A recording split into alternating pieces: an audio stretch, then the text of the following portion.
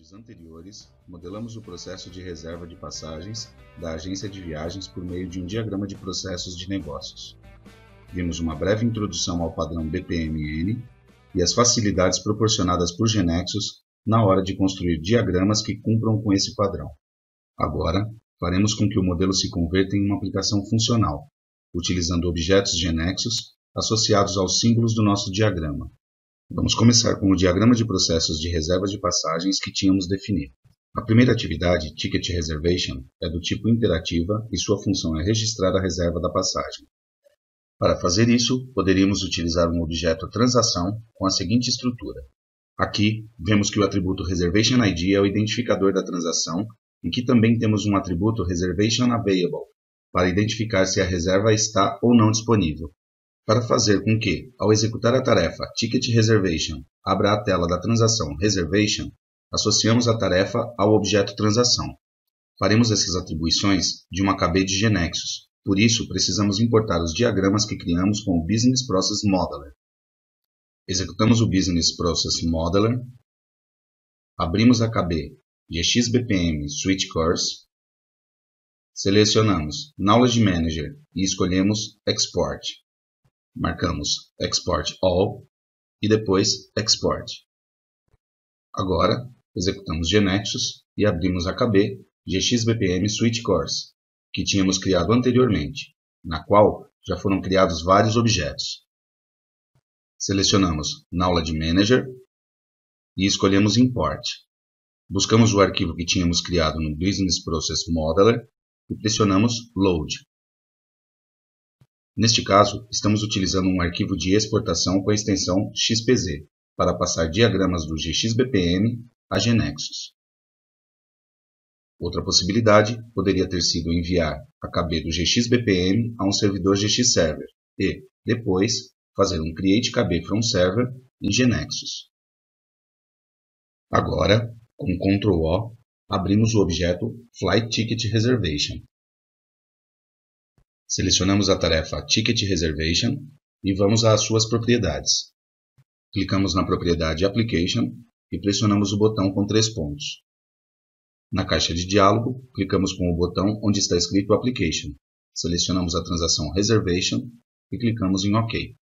Vemos que no setor de mapeamento de dados, a chave primária da transação é o atributo Reservation ID. Movemos o mouse sobre a coluna Relevant Data e vemos que aparece um botão e uma flecha. Pressionamos o botão à esquerda da flecha e Reservation ID aparece selecionado. Isso quer dizer que Reservation ID será o nome de um dado relevante do nosso processo. Um dado relevante é um dado global conhecido ao longo de um processo. Podemos assimilá-lo a uma variável global e é o mecanismo utilizado por workflow para a passagem de informação entre as tarefas. Ao associar uma transação a uma tarefa interativa, GeneXus cria automaticamente um dado relevante com o mesmo nome que o atributo identificador da transação. Pressionamos OK e, com isso, estabelecemos uma relação entre a tarefa e o objeto GeneXus e um mapeamento entre o atributo Reservation ID e o dado relevante Reservation ID.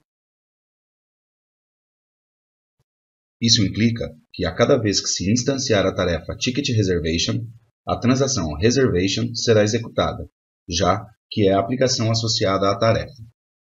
Neste processo de modelagem, primeiro criamos a tarefa interativa e depois associamos à aplicação. Em vez de criar a tarefa, poderíamos ter arrastado diretamente a transação Reservation do folder View ao diagrama.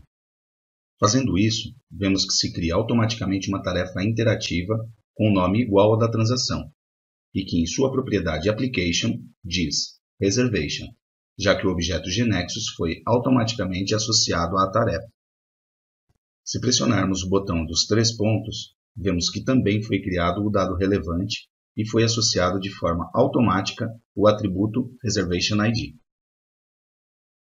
Esse dado relevante terá o mesmo nome e o mesmo tipo que a chave primária da transação. Se a chave primária for composta por mais de um atributo, será criado um dado relevante para cada atributo integrante da chave primária.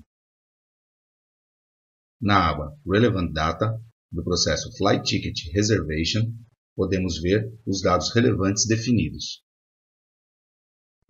vemos que aparecem sob o símbolo do e-comercial, para indicar que se tratam de variáveis. Quando fazemos referência ao dado relevante Reservation ID, fazemos sempre utilizando o e-comercial como prefixo, para diferenciarmos do atributo Reservation ID, semelhante às variáveis nos objetos de anexos. Outra coisa que deve ser levada em conta quando arrastamos um objeto transação ao diagrama é se ela tem uma regra parm definida, e se nessa regra se recebe o valor da chave primária em uma variável. Aqui vemos a transação country, à qual foi aplicado o padrão work_with. Como consequência, foi adicionada uma regra parm que recebe a variável country ID como parâmetro. O fato de arrastar a transação ao diagrama cria os dados relevantes, mas se os nomes das variáveis na regra parm coincidem exatamente com os nomes dos atributos da chave primária, haverá um mapeamento entre os dados relevantes e essas variáveis, de modo que, quando a transação for executada, as variáveis assumirão os valores armazenados nos dados relevantes neste momento. No vídeo seguinte, Automação Parte 2, continuaremos associando objetos de anexos às tarefas do nosso diagrama de reserva de passagens.